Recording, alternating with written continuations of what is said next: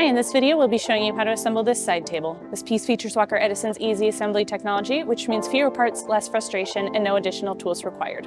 Estimated time for assembly is 20 minutes or less. So let's get into it. We're going to start by standing up one of our sides, and we'll put a dowel into this middle hole here.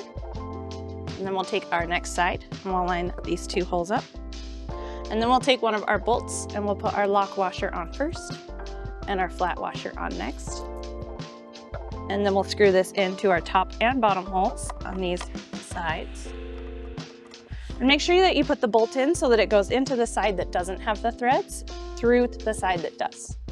Once those are tight, we'll repeat the process for the rest of our sides. Okay, once we have all of our sides detached, then we'll take this middle piece and we'll slide it down inside all the way to the bottom. And then we can take our top and we'll put it in so that this indent is facing inwards.